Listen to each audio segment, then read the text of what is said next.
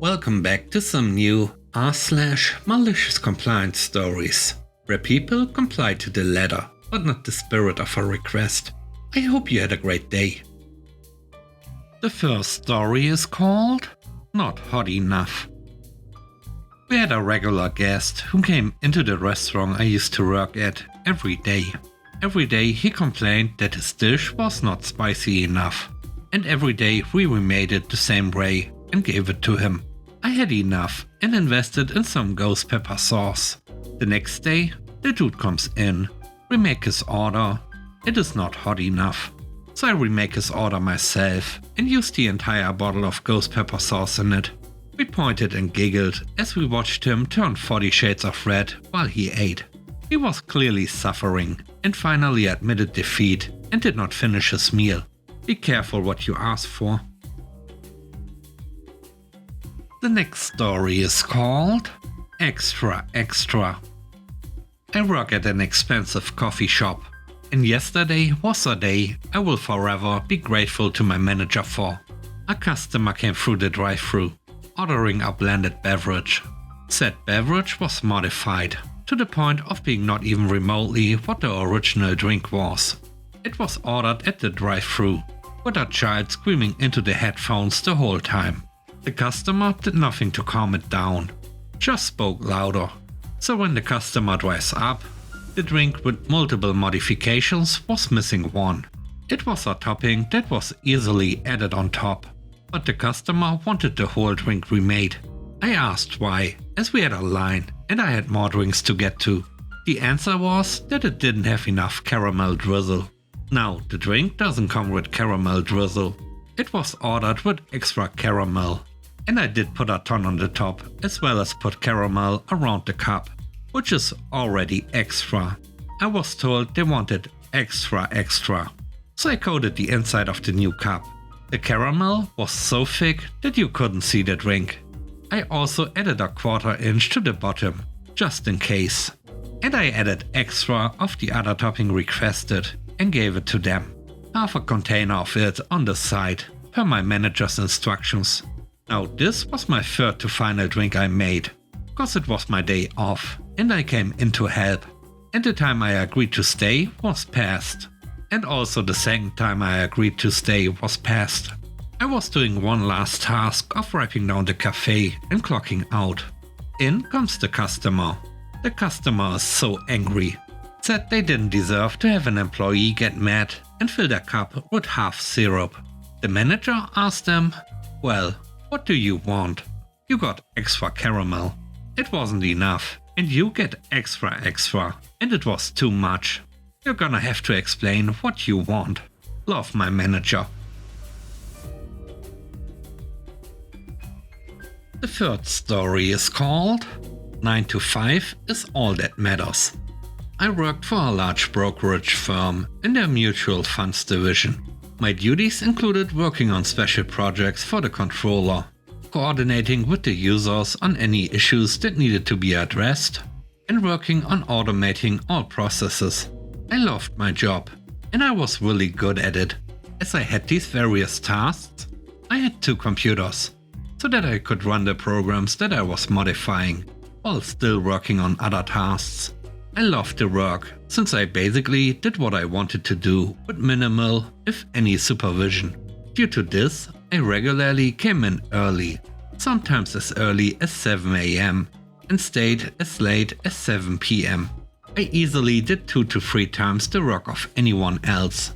I was always the first one in, and generally the last one to leave. One day I took a lunch break, which was also rare, as I brought my lunch and worked straight through. Unfortunately, I had some errands to run and ended up getting back after taking an extra 10 minutes. I was summoned to my manager's office, where he reamed me for an hour over these 10 minutes. I had enough of this, and I asked him if he realized how early I got in and how late I stayed. His answer totally blew me away. He said it doesn't matter how early you get in or how late you stay. Only what happens between 9 and 5 counts. Cue Malicious Compliance. I stopped going in early. I would take a walk or read a book until 8:55 AM. I would take a break mid-morning, take exactly 1 hour for lunch, and another break in the afternoon. I would stop work at 4:45 p.m. and clean my work area. Exactly at 5 p.m. I would shut down my computers and leave for the day. He never said anything about this, as he knew he brought it on himself. All that resulted from this is he lost over 5 hours of work a day from me. Not long after this, I left for brighter pastures.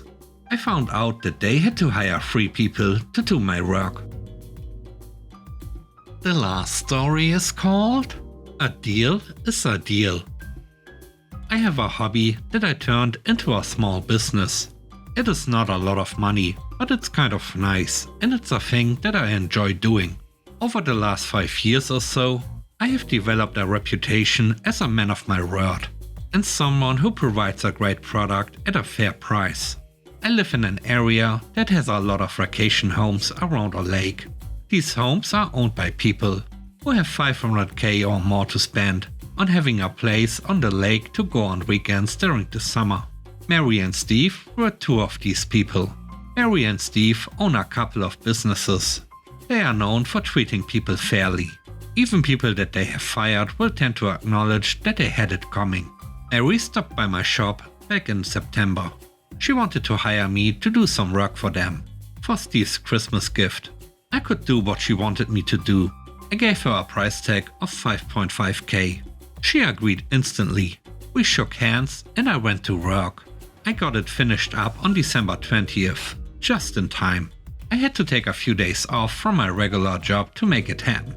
Mary was thrilled at the result. She went to get me a check and she wanted to write it out for $11,000. Double what we agreed on. I declined, telling her that the 5.5k was what we agreed to, and that's all I was going to take. December 26th rolls around, and Steve shows up, thanking me for his Christmas gift, gushing over the craftsmanship. He then complained that I wouldn't take the bonus money that I was offered. I explained to him, Mary and I agreed on the price, and we shook hands on it. A deal is a deal. Steve says to me, well, at least let me buy you and your girlfriend dinner. 21 times. He had a big grin on his face. I should have known that he was up to something. I thought about it, thinking about local restaurants, and agreed. Then he said, my choice. Any place I choose, all on my dime. In hindsight, this should have clued me to the fact that he had something up his sleeve.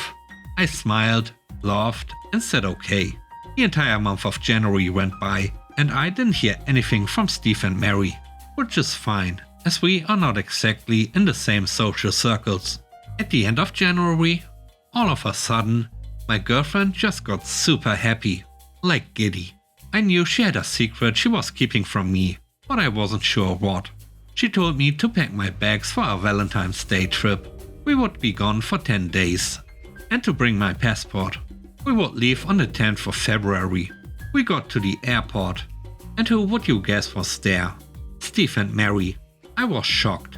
Steve said he had a debt to pay, and he owed us 21 meals at a time and place of his choosing, and he chose Rome over Valentine's Day. I tried to say no, but he threw my words back in my face. A deal is a deal. The 4 of us spent the next week in Rome, Italy. Steve and Mary paid for our flights, hotel room, and 21 meals. All of our tours and transport was on us.